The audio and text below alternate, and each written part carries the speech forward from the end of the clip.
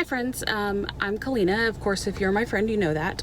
If you have only stumbled upon my page, Cue the Confetti, you may not know that. I wanted to share a little bit about myself. I am a preschool teacher and a former youth director, and I've done both of those for the last 10 years of my life. I am a Christian. I absolutely believe in the radical love of Jesus, and I preface that because the next thing I'm about to talk about is specifically for my white audience, and even more specifically for my white audience who has posted or continues to post about All Lives Matter. About 3 weeks ago, I posted a video on how to talk to your child about race. At that point in time, the news was talking about Ahmaud Arbery, and locally where I'm from, there was a young man who received some racial profiling. He was not harmed, but it was still disturbing to watch. And I felt the need to come out and explain how, to specifically white audiences, on how you can talk to your child about race. Well, as you know, the world has changed, and my video is inadequate compared to the many black and brown voices that you can find to talk to your child about race, who are way more equipped than I was or will ever be to talk about that subject. In the last 3 weeks, since posting my video and making my voice heard that I believe that Black Lives Matter, I have had some amazing, incredible, wonderful conversations with white people who say, I don't want to be racist. I don't think I'm racist. How do I pursue anti-racism? And I have engaged in Facebook battlefield of trying to educate and point out where I see inaccuracies in Facebook posts that can be hurtful, even when the person's thinking they're being helpful, and being met with opposition there. I've been called a lot of ugly names in the last week. Bleeding Heart Liberal, which is funny because I think I'm still registered as Republican, for whatever that's worth. Troll, ugly.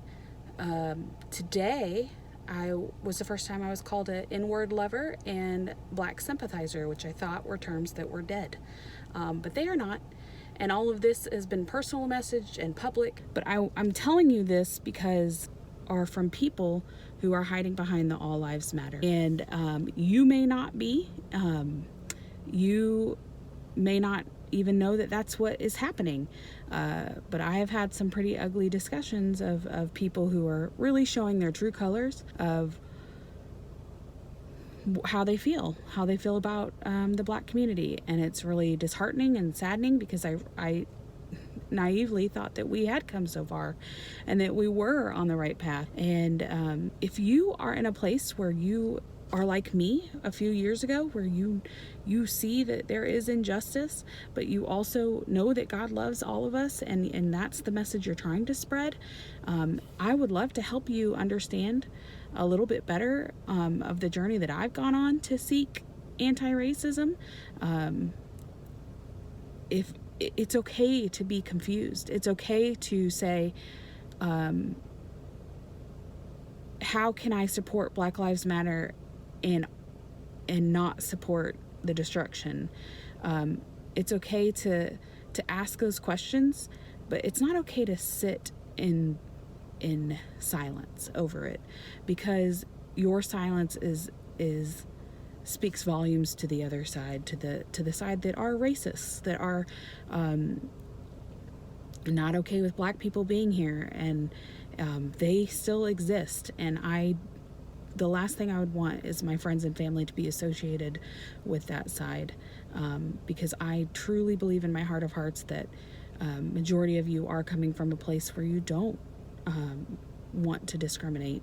So I guess what I'm saying is, watch what you're posting. You may be thinking you're doing good, but you are actually doing some harm. Racism is not a political matter. It's a heart and a head matter. It calls on us to do transformative work to unlearn what we've been taught. I encourage and invite you to have a discussion with me or another friend that you may know of that is pursuing anti-racism. I am definitely not the expert. I'm working just like you guys are. I said All Lives Matter during the Ferguson riots, and I was there. This is new to me too. I'm working through it too. I'm trying to check my heart, and I hope that you will too. I hope that you at least listened. I would love to hear your feedback. Friends, if you are in a place where you are ready to pursue a journey of unlearning and transformation and becoming anti-racist, share this video. If you don't know how to express this to your friends, I would love for you to share it. I don't mind. I love conversation. I love learning. Tell me where you're coming from. I appreciate it.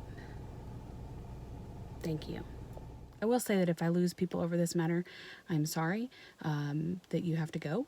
I will not change my mind, and I will continue to pursue it because I do believe in God. I do believe God loves all people, and a part of that is to make sure that we walk like Jesus, and Jesus pursued the oppressed, the poor, the sick, the weak, and the people that were being ignored by the government. So that's all I'll say on that. I'm so happy to have you if you decide to stay. I usually do not, I will continue to make crafts and things for kids, and you can see our daily life. I'm going to post about Gentry's birthday. We had a blast hanging out with her. I love you all. Again, please contact me. Please share this with your friends.